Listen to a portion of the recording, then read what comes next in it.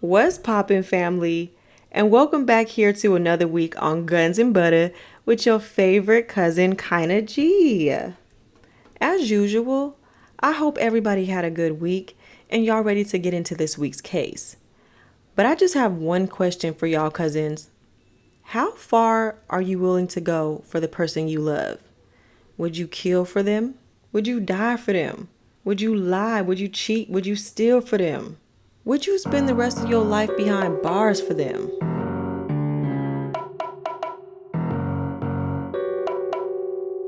That's what it's all about. Guns and butter, baby.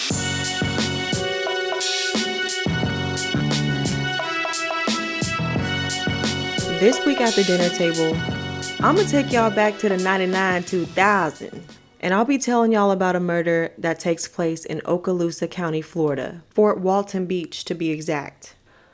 One late Thursday afternoon, on March 4th, 1999, a couple of kids are out in the Floresa woods playing Army, and one boy decides to take cover under some brush.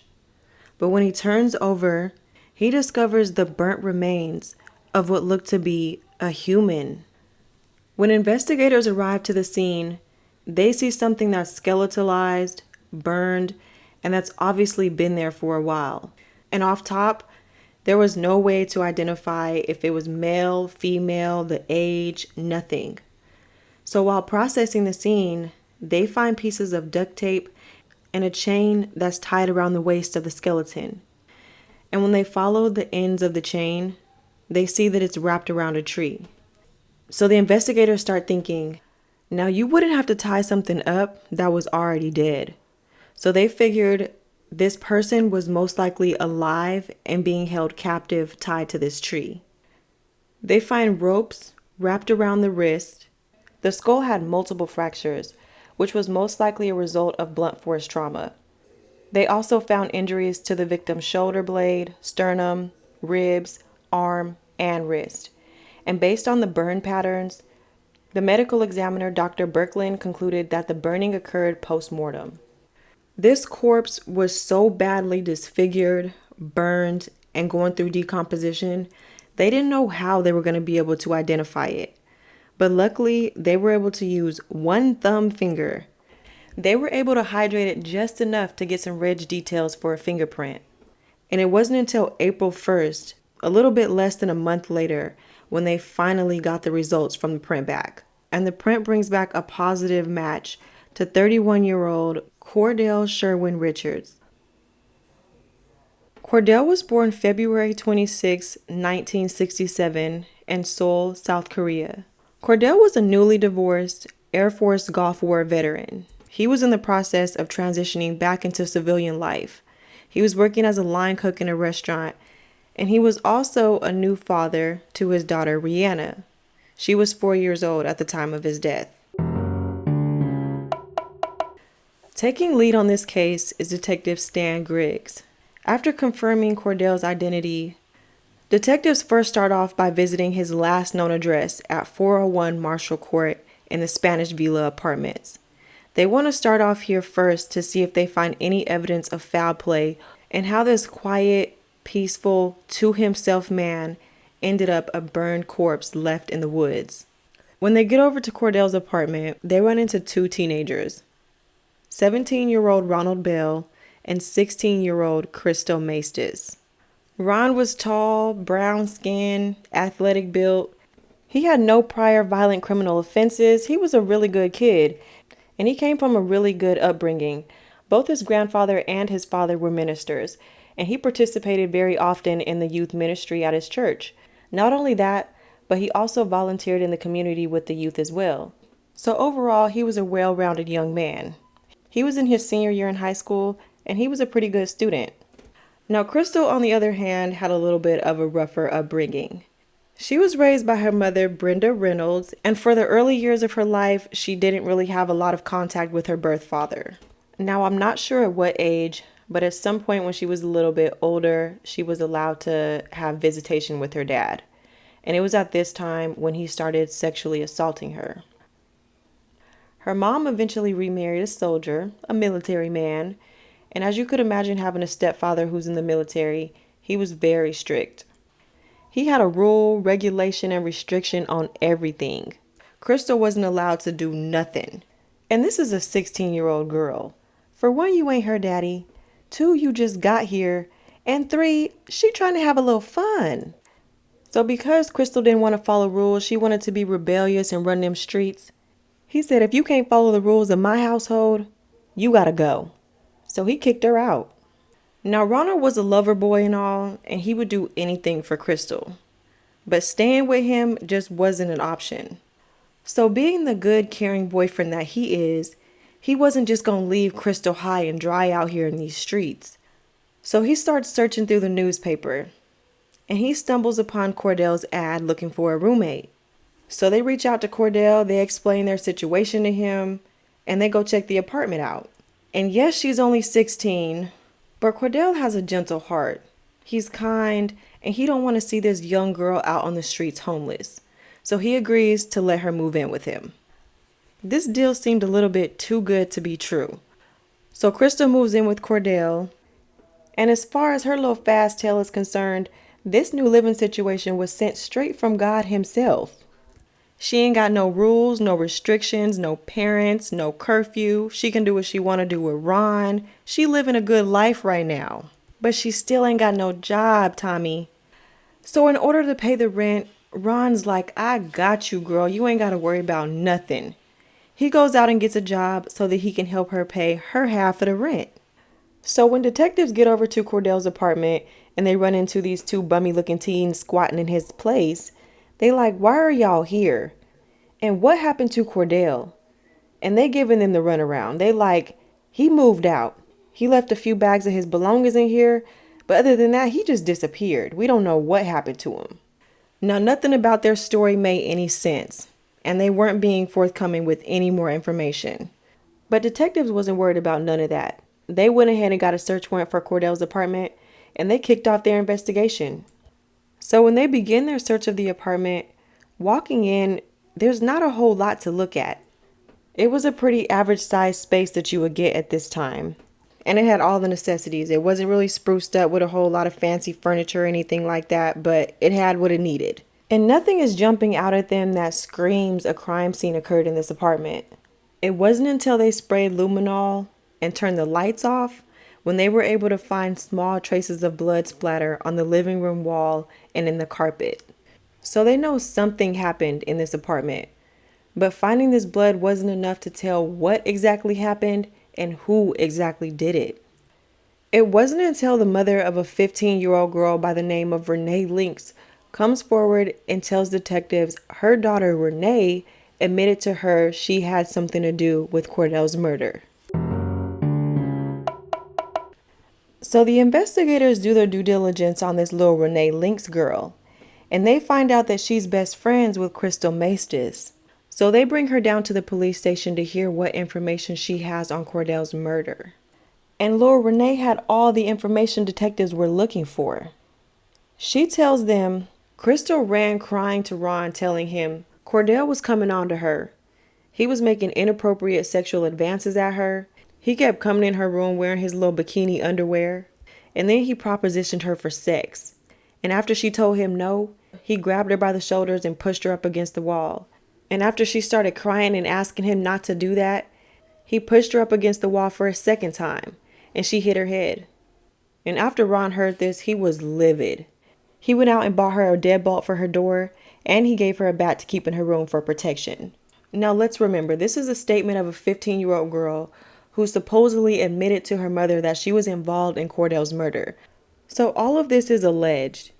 So she continues on by saying on Tuesday, February 2nd, she came over to the apartment because she was going to spend the night with Crystal. They're hanging out, and then all of a sudden Cordell starts making passes at them and asking them if they want to sleep in his bed with him. So of course they get uncomfortable, they go into the room, and they call Ron. When Ron comes over, he confronts Cordell. They start pushing each other, they start getting into it, and this is when he grabs a flashlight and knocks him over the head with it, knocking him out cold. Ron then puts him in the chokehold, and while he's choking him out, he tells Crystal to go get the bat from the room. Once she gets the bat, Ron supposedly encourages the girls to beat Cordell with it. He then tells Renee to go grab a rope from his car and then get a blanket from Cordell's bed. So they tie him up with the rope, they wrap him up in the blanket, and they carry him out to Crystal's car. He then drives him out to a wooded area at the end of a cul-de-sac. Once there, Crystal holds the flashlight while Ron and Renee carry Cordell into the woods. While they're carrying him out to the woods, at some point they stop. And this is when Crystal and Ron shine the light in his face while Renee asks him for all his PIN numbers. And all the while, Cordell is begging and pleading for his life. Now, once he's chained to the tree, Ron encourages the girls to continue to beat him with the bat. But according to the girls, Ron says they weren't hitting him hard enough. So he grabs a bat, he aims it towards the sky, and he says, "Look, y'all, I'm Babe Ruth." And he swings the bat with all his might, coming full force connecting with Cordell's head. That blow caved Cordell's skull in. Ron continued hitting him in the head as hard as he could over and over and over again. And after hours of torture, Cordell was still alive.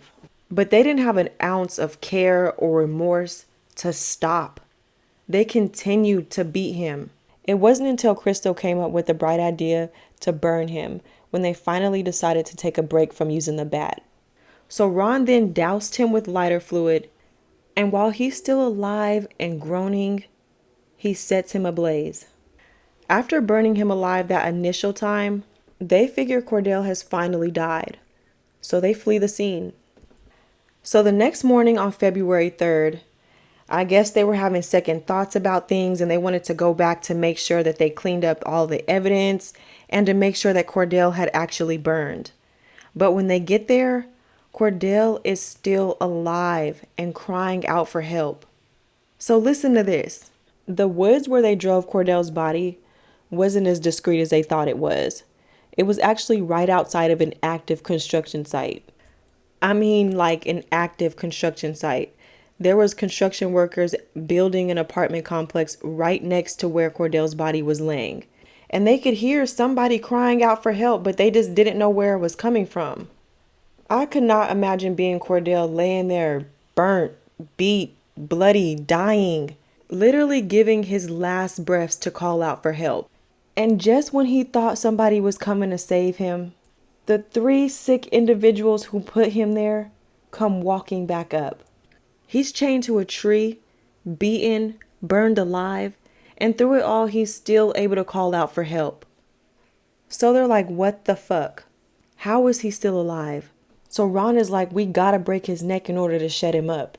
But because of all the blood and the charred skin, he just couldn't get a good grip. So they leave him there again, but this time they leave to go to Target. And while at Target, they buy a big ass meat cleaver and a roll of duct tape. When they get back to the woods, Cordell is still crying out for help. So with the meat cleaver, Ron walks up to Cordell and slashes his throat.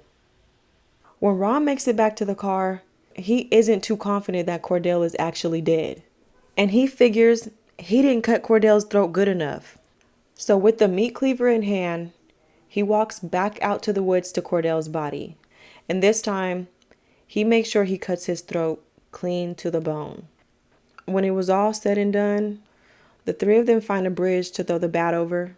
They rinsed the meat cleaver off with a can of Sprite, and they took it back to Target to get their $9.99 back. Not for nothing, the girls are seen on the camera in Target stroking the meat cleaver. They were laughing and trying to be cute and playing with it in a sexual way. They showed no sign of remorse or guilt. They were just unfazed by what they had just done. So after leaving Target, they go back to Cordell's apartment, sleep in his bed, peacefully at that, like babies. They knew the rent was paid up through the month, and they was chilling on somebody else's dime and somebody else's shit, just posing and faking the funk. They even took it upon themselves to invite friends over. They was having company. And the very next day after they killed Cordell, Ron had one of his homeboys come over and help him forge checks on Cordell's account. The 2 of them were just too bold. They just wasted no time moving in and making somebody else's shit their own. They pawned his TV and his violin. And after about a week, Ron and Crystal take Crystal's 14-year-old sister back to where Cordell's body was. I don't know what their reasoning for doing this was, because this ain't nothing to be proud of, especially not to your 14-year-old sister. But nonetheless, they were still looking at evidence that they needed to get rid of. So Ron decides to set Cordell's corpse on fire one last time. So he pours gas on the already burned remains and sets him on fire again. So Ron and Crystal's trial began on April 1st, 2000, and it only lasted 3 days. Now, even after all of this, Renee confessed to nothing, but she was offered a plea deal in exchange for her testimony against Crystal and Ron, which she agreed to. And during the testimony, she portrayed them as being sadistic, and she alleged that they wanted Cordell's apartment all to themselves. Now, in exchange for her testimony, Renee was given the maximum sentence of 15 years for manslaughter and false imprisonment. Now, she was released not too long ago, in 2012, after serving only 12 out of those 15 years. How do y'all feel about this? Do you think Renee should have received more than 15 years for her part in Cordell's murder? Because when Crystal testified, she said that Renee was doing just as much as the other two were doing. She was beating Ron with the bat. She was asking him for his PIN number.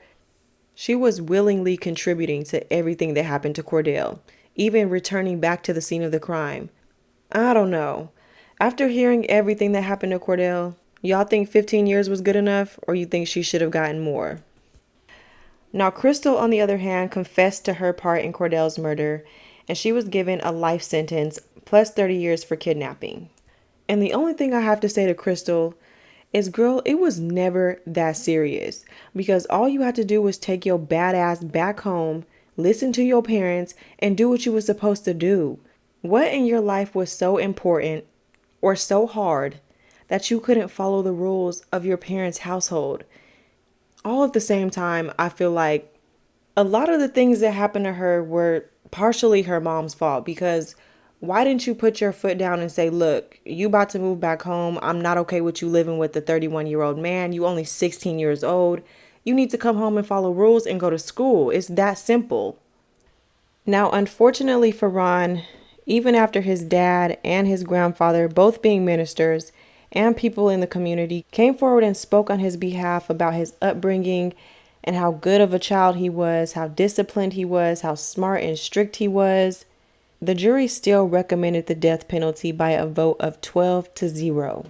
But in 2003, his death penalty sentence was overturned. They changed it to a life sentence without the possibility of parole due to the fact that he was a juvenile at the time of his offense. So we do know that in 2012, the Supreme Court ruled all mandatory life sentences without the possibility of parole was considered unconstitutional. Now, the reason being is because it violated the 8th Amendment, which states excessive bail shall not be required, nor excessive fines imposed, nor cruel and unusual punishment inflicted. So with that being said, in 2019, after serving 18 years in prison, Ronald and Crystal were granted resentencing hearings.